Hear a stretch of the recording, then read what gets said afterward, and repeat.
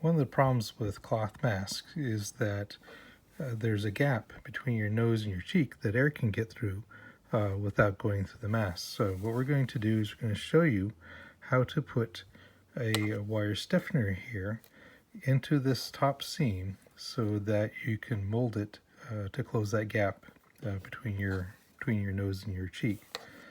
So we don't want to cut the seam at the top because that's still probably fray and there'll be a point of failure.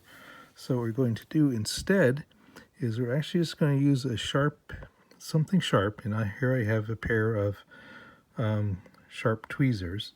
Anything that has a similar shape will do. You don't want to use a knife because that will just cut it and they'll have problems with the mask fraying and maybe breaking. So next thing you need to do is you need to poke in there, and you're basically stretching the fibers out is what you're doing.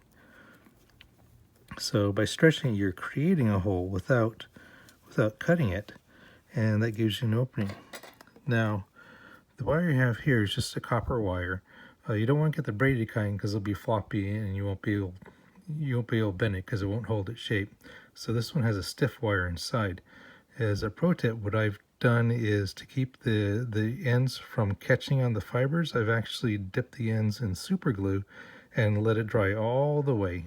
That makes it a lot smoother, and then you can just poke it on through the mask. So here I go, I'm putting in the hole, and I should be able to, yep, there it goes. Then I should be able to just push it on through. You can see it's right about there so far. So I'm just going to keep on pushing until it gets all the way inside, and then we'll basically be done. So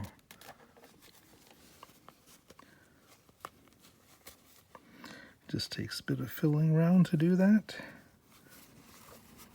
There you go, it's all the way in, and the ends are about there and there. That's pretty good. So now when you have your mask on, you can just push it in and it's going to close up that gap.